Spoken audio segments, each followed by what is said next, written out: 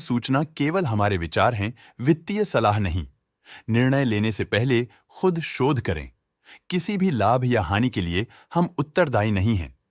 साइंट ने अपनी नई शेयर होल्डिंग रिपोर्ट्स रिलीज की हैं, जो फाइनेंशियल ईयर के क्वार्टर और पहले हाफ को कवर करता है, जो सितंबर 2024 के 30 तक चलता है। ये रिपोर्ट कंपनी के शेयर्स की डिटेल्ड जानकारी देता है, जिसमें promoters, promoter groups, foreign investors, public investors और सरकारी एंटिटीज शामिल हैं। प्रमोटर्स शेयर होल्डिंग 2024 के जून में 23.16% से 2024 के सितंबर में 23.15% तक डिक्रीज हो गया। ये डिक्रीज दिखाता है कि इस टाइम पीरियड में कंपनी पे प्रमोटर्स का कंट्रोल कमजोर हुआ है। पब्लिक हेल्थ शेयर्स का परसेंटेज 2024 के जून में 19.45% से 2024 के सितंबर में 17.93% तक डिक्रीज हो गया। इस डिक्रीज से साफ है कि इस टाइम पीरियड में कंपनी में पब्लिक का हिस्सा डिक्रीज हुआ है।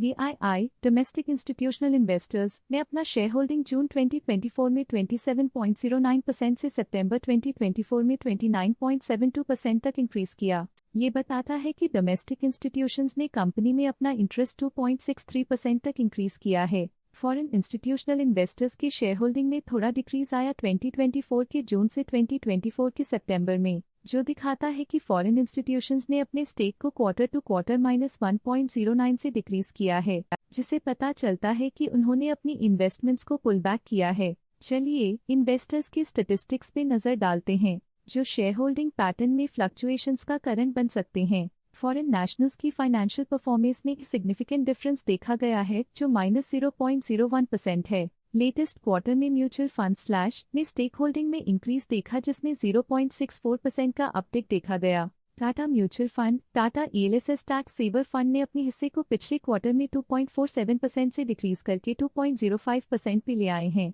ये कंसेक्यूटिव क्वार्टर्स में -0.42% स्टेक्स डिफरेंस दिखाता है।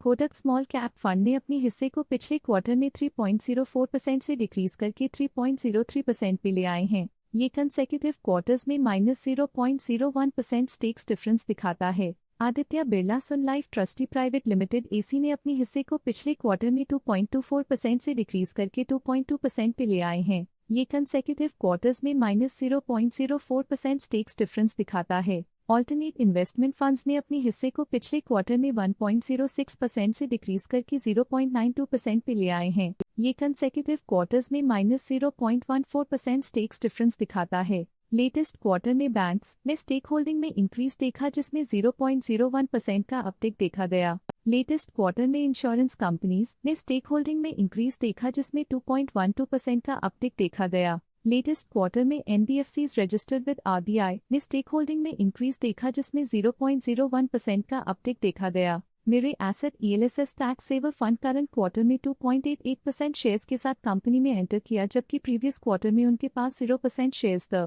Nippon life India trustee limited A/C Nippon India ETF current quarter में 2.61% शेयर्स के साथ कंपनी में एंटर किया, जबकि प्रीवियस क्वार्टर में उनके पास 0% शेयर्स थे। HDFC trustee company limited HDFC flexi cap fund current quarter में 3.18% शेयर्स के साथ कंपनी में एंटर किया, जबकि प्रीवियस क्वार्टर में उनके पास 0% शेयर्स थे। DSP small cap fund current quarter में 2.76% शेयर्स के साथ कंपनी में एंटर किया, जबकि प्रीवियस क्वार्टर में उनके पास 0% शेयर्स थे।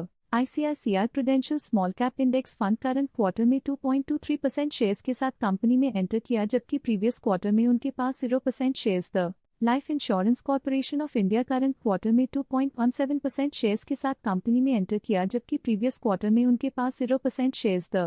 Nippon life India trustee limited A/C Nippon India SME previous quarter में 2% शेयर्स ओन करते थे, लेकिन करंट क्वार्टर में उन्होंने कंपनी से एग्जिट ले लिया है। HDFC mutual fund HDFC focus 30 fund previous quarter में 3% शेयर्स ओन करते थे, लेकिन करंट क्वार्टर में उन्होंने कंपनी से एग्जिट ले लिया है। DSP value fund previous quarter में 3% शेयर्स ओन करते थे, लेकिन करंट क्वार्टर में उन्होंने कंपनी से एग्जिट ले लिया है। ICICI prudential small cap fund previous quarter में 2% शेयर्स ओन करते थे, लेकिन करंट क्वार्टर में उन्होंने कंपनी से एग्जिट ले लिया है। Stake holding foreign portfolio investors category I के लिए पिछले क्वार्टर के मुकाबले में -0.28% से डिक्रीज हो गई। Stake holding Amansa holdings private limited के लिए पिछले क्वार्टर के मुकाबले में -0.18% से डिक्रीज हो गई। Stake holding government pension fund global के लिए पिछले क्वार्टर के मुकाबले में -0.04% से डिक्रीज हो गई। Stake holding foreign portfolio investors category 2 के लिए पिछले क्वार्टर के मुकाबले में -0.8% से डिक्रीज हो गई।